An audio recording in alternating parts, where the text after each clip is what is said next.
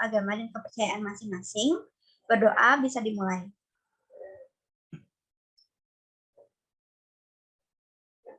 Berdoa selesai. Hari ini, Ibu akan mengajar ilmu pengetahuan alam. Jadi, materi yang akan kita bahas hari ini itu adalah pembentukan hujan atau siklus air. Sebelum itu, apakah ada yang tidak hadir ya?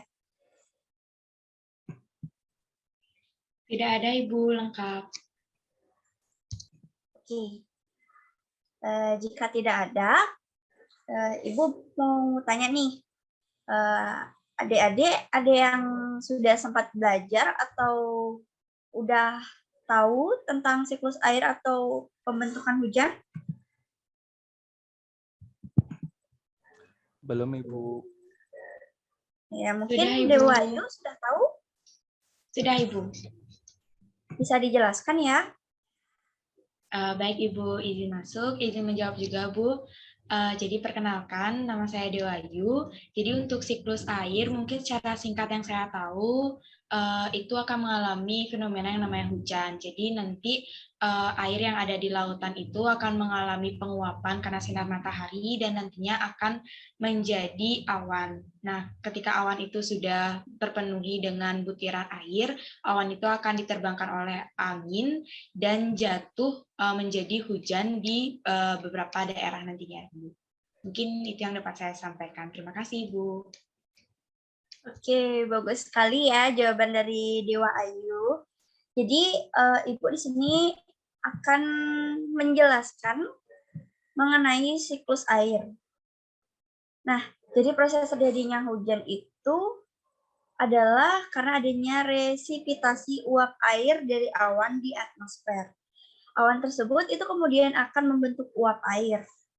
Setelah membentuk uap air, awan kemudian akan angin itu akan membawa uap air sehingga menyebabkan terjadinya penyebaran uap. Nah, saat butiran air itu sudah memiliki ukuran yang besar, maka butiran tersebut itu akan jatuh ke permukaan bumi. Nah, proses jatuhnya butiran tersebut itu kita kenal sebagai hujan. Nah, ada secara singkat itu ada 3 proses terjadinya hujan. Yang pertama itu merupakan proses penguapan uap air yang ada di permukaan bumi, baik di daratan atau perairan. Nah, penguapan tersebut itu terjadi disebabkan oleh adanya panas dari bumi. Lalu uap air itu selanjutnya akan menggumpal, membentuk menjadi awan, dan saat suhu menjadi semakin panas, maka semakin banyak uap air yang menguap, seperti itu. Nah, hal itu disebut dengan evaporasi. Nah, lalu setelah terjadinya evaporasi atau penguapan air, maka itu akan masuk ke tahap selanjutnya, yakni tahap kedua, yang biasanya disebut dengan kondensasi. Nah, di mana tahap kedua itu adalah proses terjadinya hujan. Proses hujan itu terjadi saat evaporasi atau uap air itu naik ke atmosfer yang kemudian mengembun. Nah, proses ini itu menyebabkan terbentuknya partikel es karena udara di langit itu cukup rendah. Setelah itu, partikel-partikel tersebut akan mendekat dan membentuk awan. Nah, itu dinamakan proses kondensasi. Lalu, kita masuk ke tahap yang ketiga, yakni mencairnya butiran es yang di awan setelah proses evaporasi dan kondensasi, pembentukan penguapan air dan pembentukan awan. Nah, setelah cairnya butiran es itu, kemudian turun ke bumi itu sebagai hujan. Nah, itu disebut resipitasi. Seperti itu. Nah, dari penjelasan yang Ibu sampaikan, itu apakah dari adik-adik ada yang bingung? Ada yang masih bingung atau ada yang belum mengerti? Sudah, Ibu.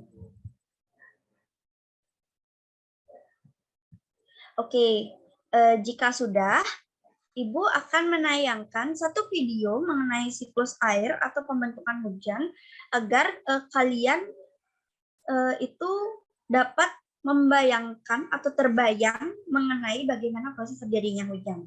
Oke, disimak ya.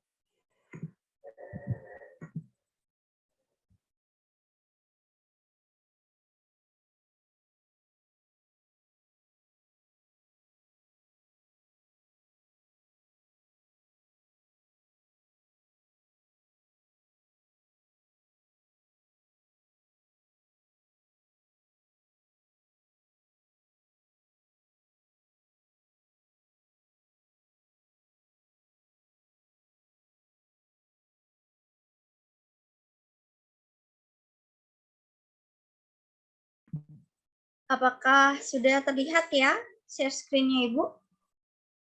Sudah Ibu, terlihat jelas. Oke, ini videonya, silakan disimak baik-baik ya.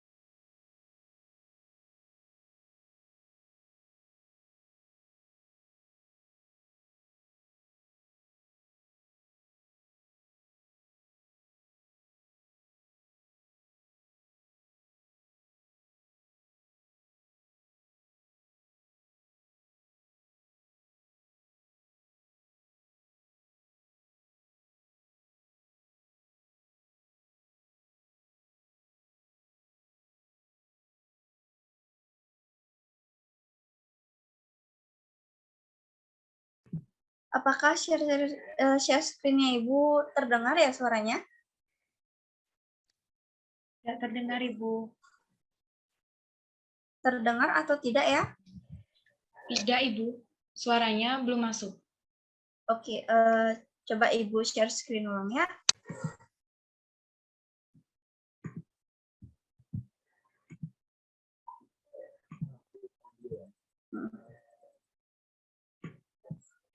Sebanyak 97,5% Apakah sudah ya? Sudah Ibu, jelas. Oke, silakan disimak ya, ulang ya. air yang ada di bumi merupakan air asin. Bukan air tawar yang sesuai dengan kebutuhan sehari-hari manusia. Dari 2,5% air tawar yang ada, sebagian besarnya tidak dapat digunakan karena berada di tempat yang jauh tidak terjangkau. Seperti terperangkap dalam bentuk salju, es di kutub, atau di bawah tanah yang sangat dalam. Hanya kurang dari 1% air tawar saja yang dapat digunakan oleh manusia.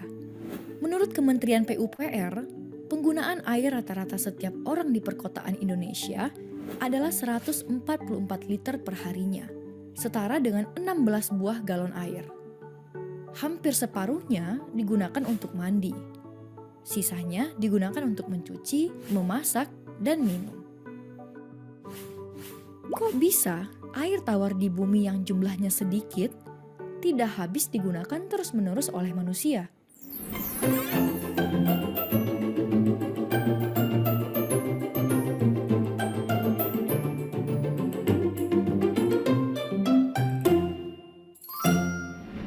Air merupakan komponen penting dalam kehidupan. Sebagian besar tubuh makhluk hidup terdiri dari air. Contohnya tubuh manusia yang 70%-nya merupakan air. Oleh karena itu, kita sering sekali meminum air. Selain itu, air juga digunakan untuk membersihkan tubuh, mencuci pakaian, dan memasak. Air tidak selalu berbentuk cairan. Ketika didinginkan, air akan berubah bentuk menjadi es yang padat. Apabila air dipanaskan, maka akan menjadi uap air yang tidak terlihat oleh mata. Begitu pula di alam.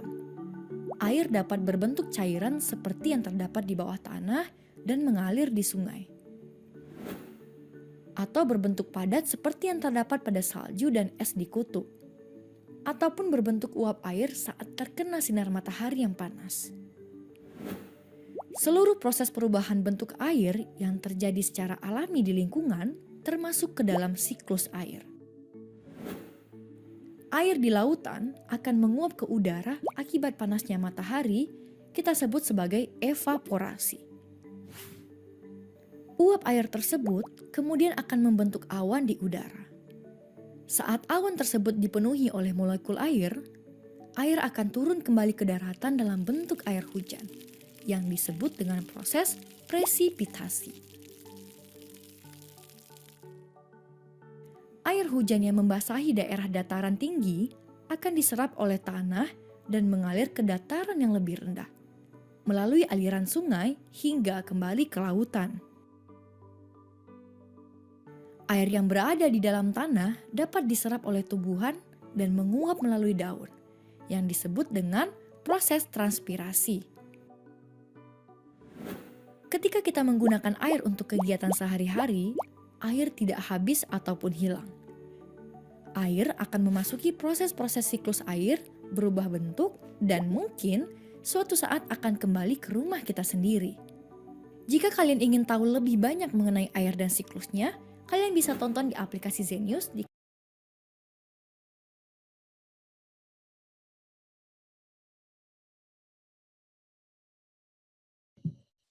Oke, itu tadi video yang yang Ibu tayangkan mengenai siklus air. Nah, untuk itu apa sudah dapat dimengerti ya semuanya? Sudah terbayang ya? Sudah, Ibu. Oke, jika sudah, Ibu minta untuk Trisna menjelaskan ulang secara singkat seperti yang di video itu jelaskan mengenai siklus air atau pembentukan hujan. Bisa, Trisna? Bisa, Ibu. Oke, boleh ya. Sekarang bisa ada dijelaskan. Yang saya tangkap tadi, Ibu, air merupakan komponen yang sangat penting dalam kehidupan kita maupun lingkungan. Terlebih lagi tubuh manusia 70%-nya itu adalah air. Dan air juga bisa kita gunakan untuk mandi dan juga memasak. Kemudian yang saya tangkap tadi juga, air di laut akan menguap karena panas matahari, kemudian akan membentuk awan, dan awan tersebut akan menurunkan air ke bumi lagi berupa hujan. Seperti itu saja yang saya tangkap, Ibu. Terima kasih. Oke, benar sekali ya, Trisna. Artinya, Trisna sudah menyimak dan memahami mengenai video yang Ibu tayangkan tadi. Apakah dari adik-adik itu ada yang masih bingung atau masih ada yang ingin ditanyakan? Tidak, Ibu, sudah jelas. Oke, berarti sudah jelas semua ya. Baik, karena semuanya sudah mengerti dan sudah paham mengenai materi siklus air, untuk pembelajaran IPA hari ini, Ibu cukupkan sampai sini. Ibu, sebelum itu, Ibu, sebelum Ibu tutup nih pelajarannya, untuk hari Kamis, kita akan bertemu lagi dan kita akan belajar mengenai sifat cahaya. Nah, untuk itu mohon dipelajari buku atau modul yang nanti akan Ibu share ya. Oke. Untuk pelajaran IPA hari ini, Ibu cukupkan sampai di sini. Silahkan bagi yang mau istirahat, mau makan, mau minum, itu Ibu persilakan. Silahkan gunakan waktu istirahatnya sebaik mungkin. Nah, sebelum pelajaran berikutnya dimulai. Nah, kalau begitu, untuk pelajaran hari ini, Ibu tutup sampai sini dengan mengucapkan selamat pagi. Selamat beristirahat. Selamat pagi, Ibu. Selamat Terima pagi. kasih. Terima kasih, Bu. Iya, terima kasih. Jangan lupa jaga kesehatan ya. Baik, Ibu.